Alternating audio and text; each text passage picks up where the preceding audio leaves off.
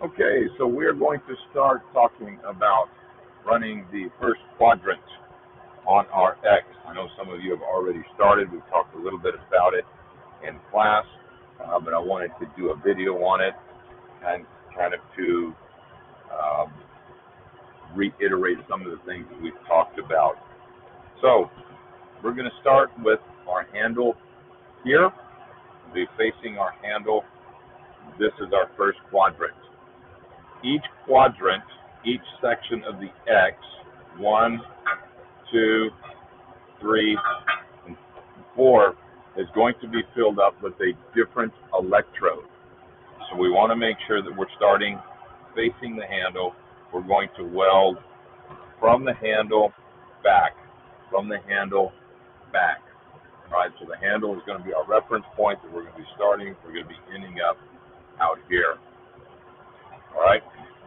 So we've already laid our root paths on all 4 of our quadrants, and so we are laying our cover passes, or not our cover passes, but now our filler passes. It is important that we lay them in the correct sequence. As we can see, our root pass here, our first pass for this class is going to be E7018 3/32. Make sure we're using a 3/32 electrode. We are going to start right on the toe of our root pass here, and we're going to follow the toe of this weld right along here. So as it's laying down, just as we did with our root pass, we're going to be 90 degrees of our weld, about 10 to 15 degrees in direction of travel. Again, as I tell all of my students, we're not going to put a protractor or anything on here. We're not going to be an exact science. Get the electrode out of your face and out of your travel, out of your line of sight, enough so that you can watch that puddle. You don't want it laying down so far like this. Okay, let me run it left-handed here so you can kind of see. You don't want it laying so far down like this, because then you are creating a vortex, and that will actually pull impurities into the bottom of the weld here. You don't want that. You want that electrode as straight on, driving that filler metal into the base metal as much as possible. Okay, you don't want it leaning too far this way, because the same can happen. It create a vortex on the other side as that metal and as the flux is burning off of here, and that could pull impurities into the weld as well. Okay, so you want it 90 degrees, again about 10 to 15 degrees in direction of travel. Again, I tell students just enough lean so that you can watch that puddle and see what's going on. The straighter, the less lean in direction of travel that you've got, I don't want to say the better off you are, but in a sense of the word, the better off you are. You want to kind of get your recovery hose here so that you're pulling the fumes away from you the best that you can. And you want to set your table to where you are comfortable. All right? You don't want it way up here. You don't want it down so low that you're bending over. Set it where you're going to be comfortable. It's going to take you about 30 to 45 seconds to burn this electrode. That doesn't seem like a long time until you're just sitting here like this, and then all of a sudden you start to get uncomfortable. So make sure that you're comfortable. You'll notice that when I'm welding, I will normally set my arm on the table and kind of hold my wrist with my left hand, and then just kind of let it guide my hand down as I'm welding, kind of this motion here. You can see where my left hand will support my right hand as I'm welding. Your right hand's going to naturally go down as the electrode is shortening, as it's being burnt into the metal. And that's what you have to keep in mind as well. All right, so we're going to follow that toe, the outside toe of this one. I'm going to burn a couple of electrodes for you just so you can kind of watch the process. Again, the trick or the idea is we're filling this up evenly, We don't want to come up with too many uh, weld beads on one side or the other. We want it to rise evenly. Imagine that we've got uh, uh, plate on either side. This is kind of dammed off, if you will, and we're filling it up with water. We want it to rise evenly. When you get done, I should be able to take my electrode and run it over the top, and it shouldn't have any high spots or low spots across the top of it. It should be pretty even right across the top. The amperage that you're going to use for the 330 seconds is 85 amps. 85 amps, and that's regardless if it's the Miller or the Lincoln. Again, the Lincoln tends to run a little hot sometimes, and so if you see that you are getting some undercut or something like that, you may want to crank it down to 83, 82, 80, something along those lines. But if you're quenching your weldment every 3 or 4 passes, you should do fine. Again, when quenching your metal, use your slip joint pliers, lower it into the tank slowly and gently, lower it all the way down until it's all the way submerged. Let it sit for a second or two, pull it out, and you can lower it again. You don't have to let it sit in there for 4 or 5 minutes, just a couple of seconds, maybe 15, 20 seconds at the most. Pull it out, shake it off, bring it back over to your table, and then continue welding. Do not weld on it while there's still water on it. If there's water on it, let it dry naturally. Let it dry naturally. Water, even if there's water on the other side here, that water will be pulled in through cracks and crevices. Will pull into your weld. You'll start noticing little holes in your weld. That's porosity. I'll make you grind it out all the way till you get rid of those holes, and then you'll have to start over. Okay? All right, so we're going to follow this first toe right here, and then we'll talk about the next weld. Okay? Here we go.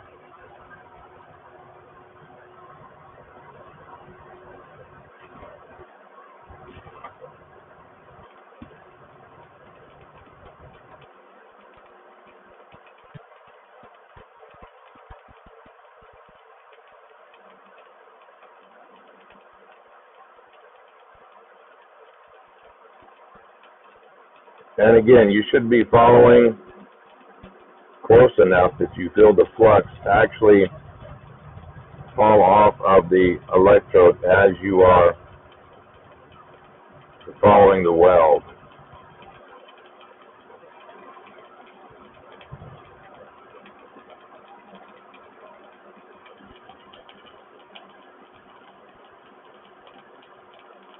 And when you get to the end, same as before, you're going to do your little circle, back up over the top. Again, about the same amount of electrode as left as before. Oh, missed the rod bucket. All right, I'll pick it up later. And this is a good sign, ladies and gentlemen. You can see the flux starting to rise off of there. That is always a good sign of a good weld. And you will gently chip it off of there. Come off in big chunks, which is what we like to see.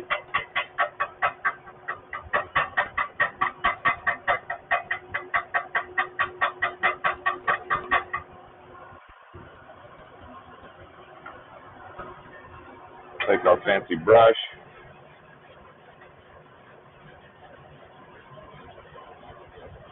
And brush the daylights out of it.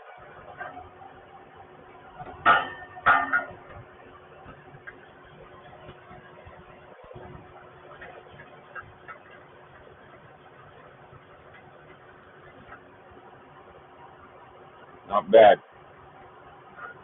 Okay.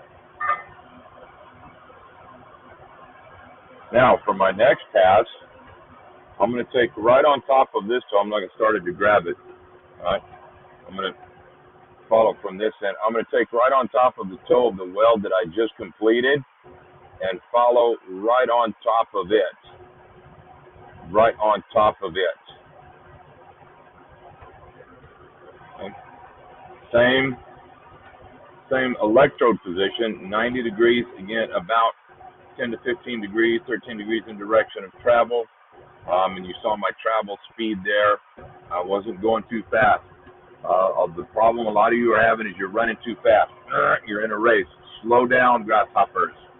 Slow down. We're not in a race. Okay? Just slow down. Nice and easy. Nice and easy. And we're going to put it right on top of the toe of this weld we just completed and just follow it. And just follow it. The trick is when we are putting in these filler beads, to overlap them. We must overlap them. That is what creates the strength in the welding process and stacking the beads. Putting them side by side, they could be beautiful welds. They could be excellent welds without any discontinuities, inconclusions, or anything like that. But if they're just sitting side by side instead of overlapping, they don't have the strength to hold the way that they should. Okay, so I'm going to run one right on top of this one, and just enjoy the show. When you get stuck, just simply release it from the top. Let the electrode cool a little bit. Grab it from the bottom. If you grab it from the bottom and break it loose, you'll save some of the flux. Yeah, I didn't quite save as much on this one as I wanted to. That's all right. I can still use it. Okay. And we're going to try to start it again.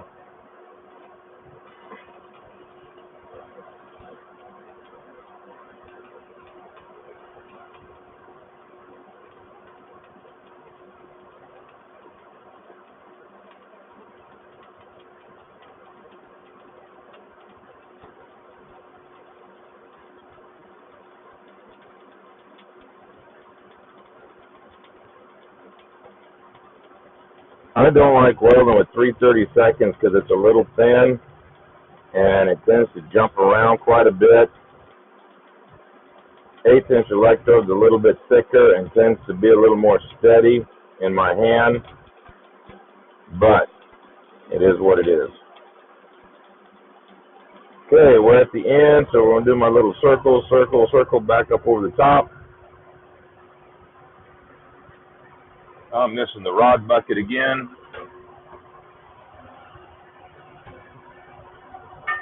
Magic chipping hammer, and see I still got the flux coming up.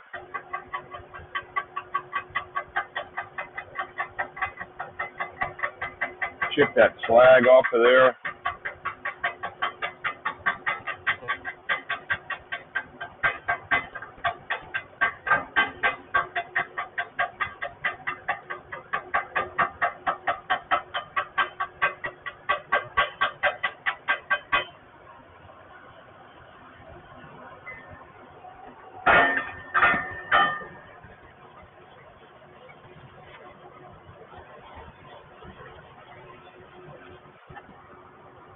And you want to make sure that you get it good and clean between here and the wall. There's a little bit left in there still. And again, if you feel you need to, you're more than welcome to take it outside and take a wire wheel to it. This right here is probably one of the toughest areas to get the slag out.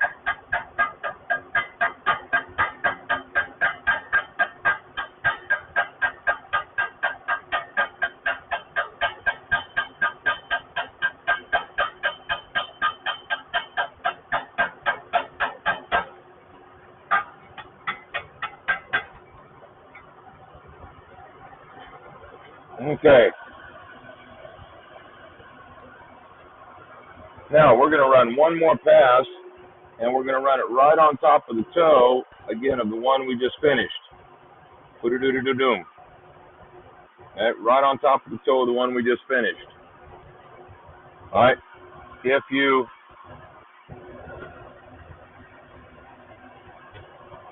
This is why we have to be careful with the chipping hammer, ladies and gentlemen. If you look really close here, you can see where I'm starting to chip the metal. It's getting warm. It's getting a little soft. And you can see where I'm chipping with the chipping hammer. If you do that during your plate test and you get a chip like that in the in your test strip, it will show up as a deformity. Okay, so you want to be very, very careful when you're using your chipping hammer during your plate test. All right, so we're going to run one right here on top of the bead I just passed, and see what it looks like. Okay, there we go. One more pass.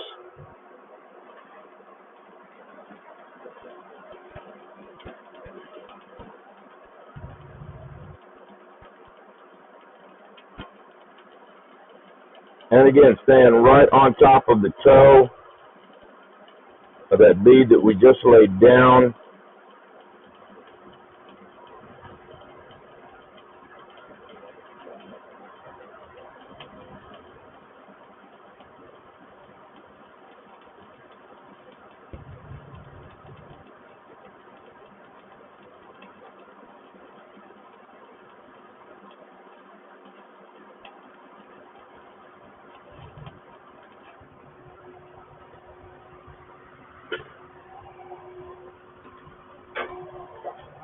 Oh, beautiful. I love it. I love it. I love it.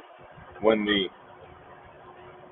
slag starts to crack and starts to come off on its own, and it just falls off of there as such.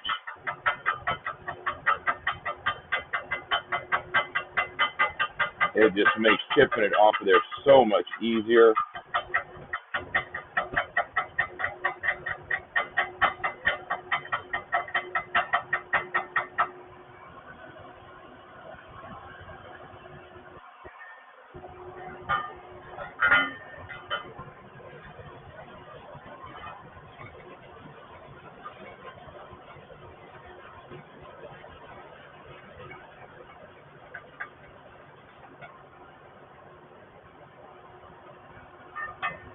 Okay, ladies and gentlemen, that's what it looks like. You can see it coming up nice and level. I'm not coming up too far on either side there. My next pass would be right on top of this toe right here. Okay, I wouldn't run it over here on this toe. I'd start back over here on this side and start right here on this one right here. Okay. Matter of fact, let me run that one for you real quick. It's a little hot. I probably need to quench it. So I don't guarantee what this bead's going to look like. Matter of fact, let me kick my amperage down just a little bit. Kind of save me a little bit here.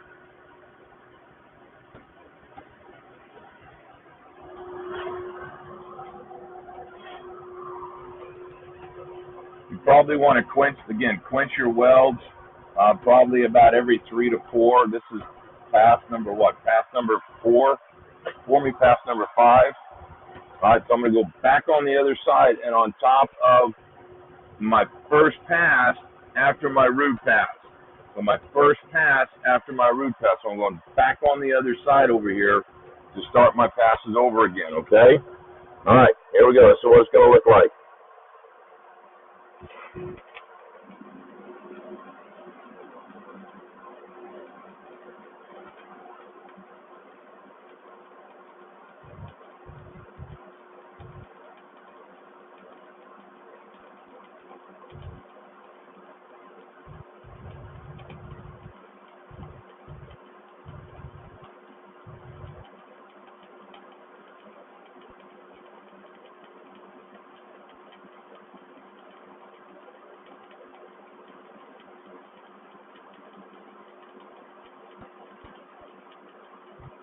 Remember, you're in control of the lightsaber, young Jedis.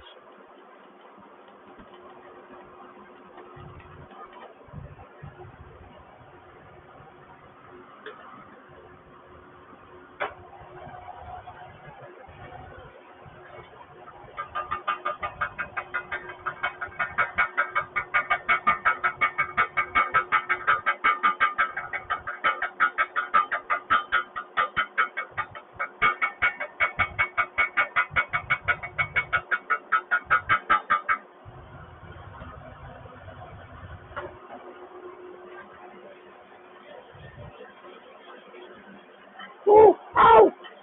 Hot flag on my Levi's. Probably don't weld in shorts. That you don't want to.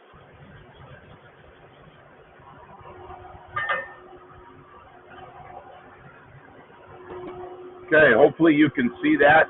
I know your screens are probably pretty small. It's a little hot. I'm not going to lift it up.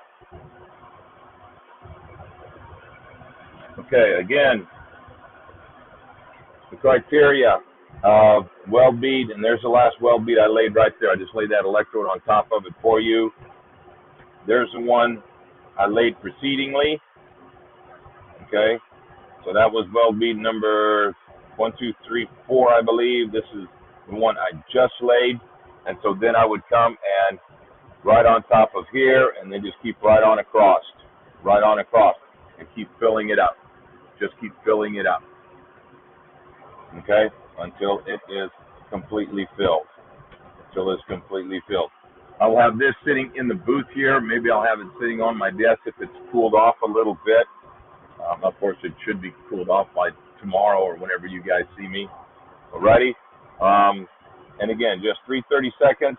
Ladies and gentlemen, just a nice, easy tilt of the electrode. Let me weld it backwards so you can kind of see. Okay? And just a nice, steady drag of the electrode. We're not doing any type of motions. We're not doing any half moves, not doing any stitching. We'll save that for when we get to 6010, 6011. Some of those other electrodes, then we'll start incorporating some motions. 7018 is just a drag electrode. That's all we need to do with that. Just drag it. Just drag it nice and slow, nice and steady. Consistency is what we're working on. If the start of your bead looks pretty close to the end of your bead, and you're ending up with rod stubs that are pretty close to the same length every time, you're being consistent. Not much more we can ask for, and that's consistency. Consistency is king. All right? Any questions, ladies and gentlemen? Feel free to ask me. I'll see you in the booth. I'm out.